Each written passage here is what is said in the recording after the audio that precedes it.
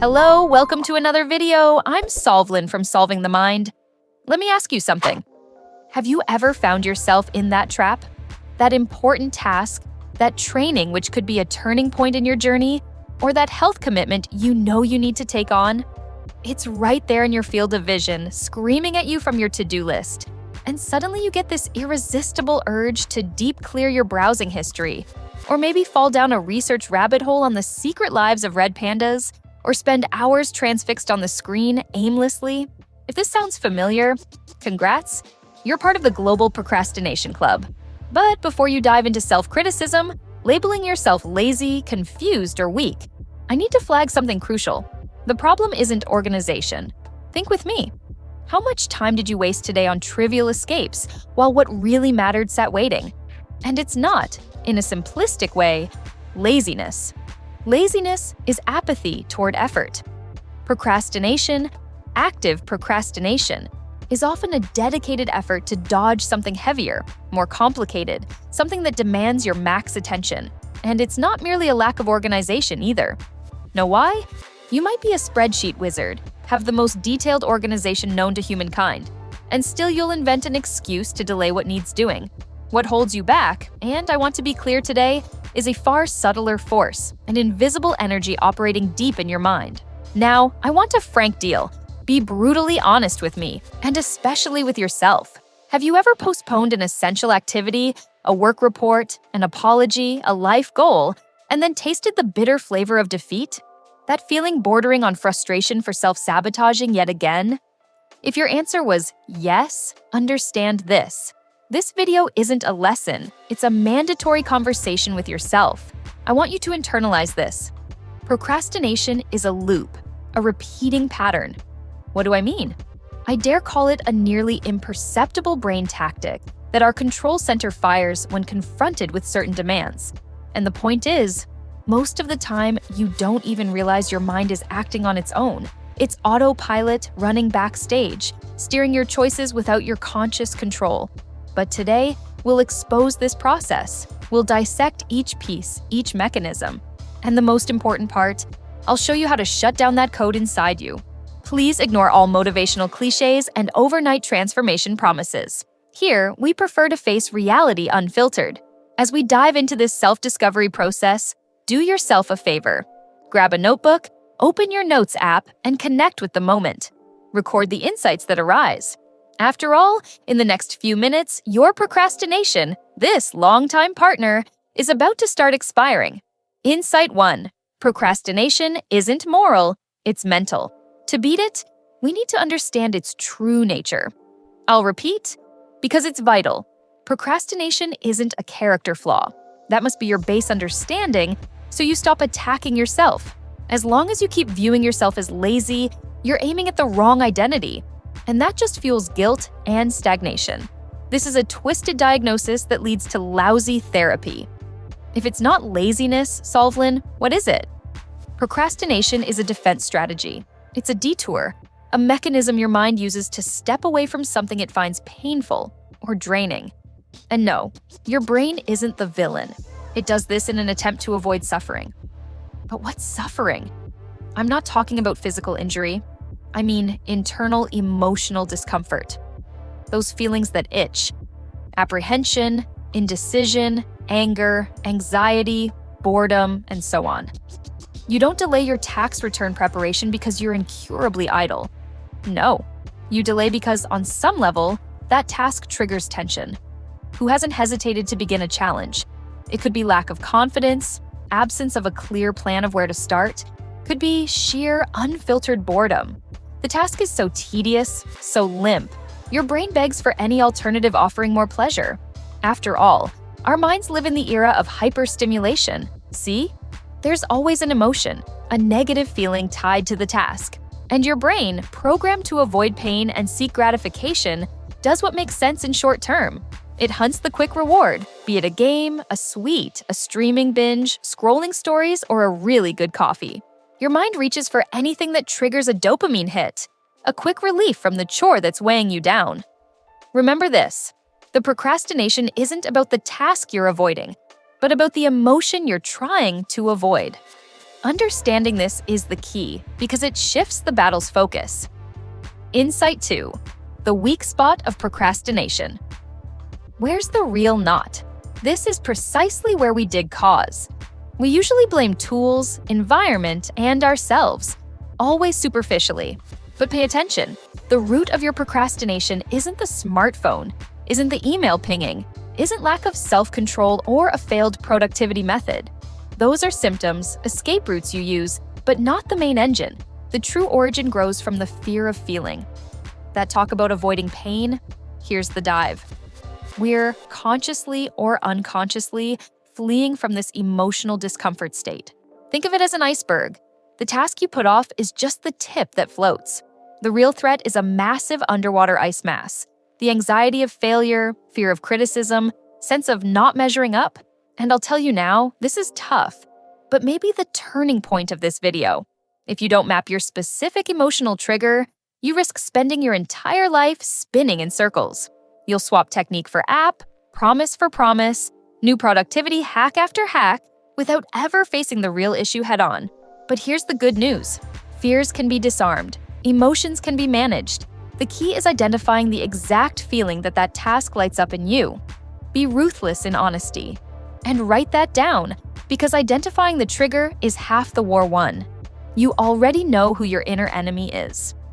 Insight 3. The vicious self-sabotage pattern. Once the emotional origin is understood, we need to see how procrastination feeds itself. Let's be frank. We hardly ever procrastinate just once. Procrastination is chronically repetitive. It sticks. Once you delay, you're very likely to delay again. It's not a standalone event. It's a destructive cycle. Let's break down the sequence of this vicious pattern so you can recognize it in real time. The spark. Everything starts with a task that triggers repulsion, the detour, the act of fleeing discomfort, of delaying what's priority, the false calm, seeking the dopamine spike, the distraction that's more fun than the work itself, the consequence. We feel the quick pleasure, but soon the task confronts us again. Now, layered over the initial discomfort, comes the guilt for wasting time.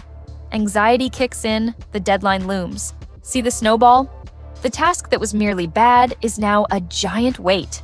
Once guilt is installed, what happens? Your energy drops. The little motivation you had disappears. In other words, the more anxious and worried you feel, the less strength you have to begin the task, which, ironically, would be the only path to relieve guilt and anxiety. It's a heavy cycle, I know. And when you finally drag yourself to do what you delayed, you do it in a rush, because time's up. You skip steps, you operate on autopilot just to deliver. The result, a lower quality job. That's the perfect self-sabotage cycle. We set the conditions for our own stress, for results below our potential. But my aim isn't just to finger point. I want to give you the arsenal to break that pattern. The big news is, these cycles can be broken. The daily habits you repeat can be interrupted. You are not condemned to spin in that dead-end wheel forever. Insight 4. The immobilizing excellence paradox. Perfectionism is often glorified as a sign of high performance. And it is a twin to procrastination. It's ironic how socially being labeled a perfectionist feels like a compliment. Yet someone who leans on that perfect excuse operates in an all-or-nothing mindset. If the outcome isn't flawless or they don't have the perfect condition, the ultimate tool, they simply don't act. They freeze. And here, I reinforce a motto. Done is infinitely better than perfect. If you keep waiting for the ideal scenario, you'll never leave inertia. Life is an imperfect mess. Waiting for perfection to start something is a guaranteed formula for never starting anything. Insight 5. 6 immediate counterattack strategies. Let's reveal 6 concrete tactics to attack procrastination in your day-to-day. Theory to practice, now. Feeling log. Remember, every procrastination begins with a negative emotion. Before you say, grab the TV remote or open the fridge to escape that heavy task, pause for a second, breathe, and ask, what exactly am I feeling? Which emotion makes me reject this action? Then name it. This takes self-awareness practice. It might feel silly at first, but with practice, you'll identify your recurring patterns.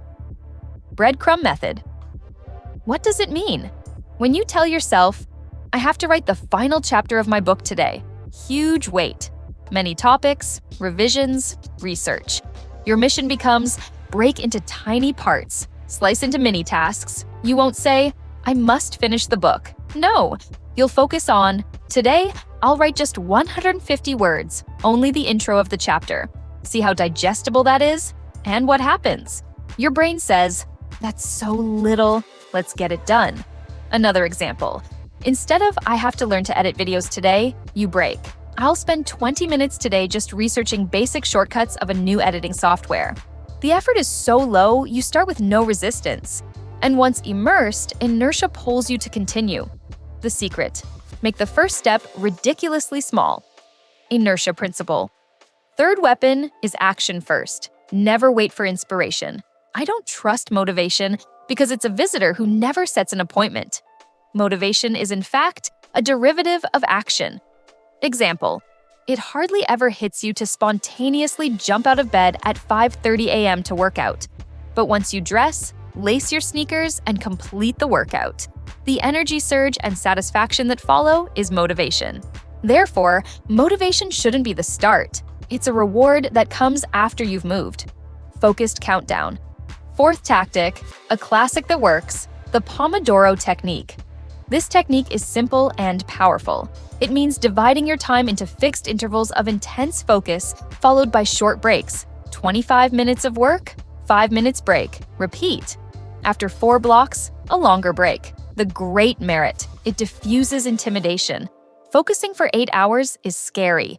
Focusing for 25 minutes, or if that's too much, start with 15, makes the challenge totally acceptable. The productive sanctuary. Fifth strategy: organize your environment. Being in a space flooded with stimuli, full of mess, ensures your brain won't focus on the essential. It will hunt the chaos instead. If necessary, tell your family or colleagues you have a non-negotiable focus period. Clean and organize your workspace, and, golden tip, put your phone on airplane mode and preferably elsewhere. Reverse addictive habits. Sixth and final tactic: do a dopamine reset, online and offline, for a week. Once you identify your patterns, you'll know what to cut. Example: if your habit is seeking comfort in online games, commit. I'll go a week without turning on the console or computer games. Another example: if you waste time on impulse shopping sites, challenge yourself. I'll spend 5 days without opening e-commerce websites. Set clear goals. A week seems intense? Then start with 48 hours. The important part: identify the pattern and undermine it so your brain realizes you're in control of your impulses. Phew, after all these detailed final bits, I'm sure you're now equipped with the full arsenal and strategies to crush procrastination. But the only thing that will truly give you victory is your action. If you decide right now to exit inertia and apply these changes, your future self, in a month, in a year, will thank you big time for making the decision today. I'm very grateful that you invested this time in yourself. If this video helped you in any way, share it with someone who needs it. And don't forget to comment, what is your first step of action from now on? I'm eager to know. Until the next video, bye!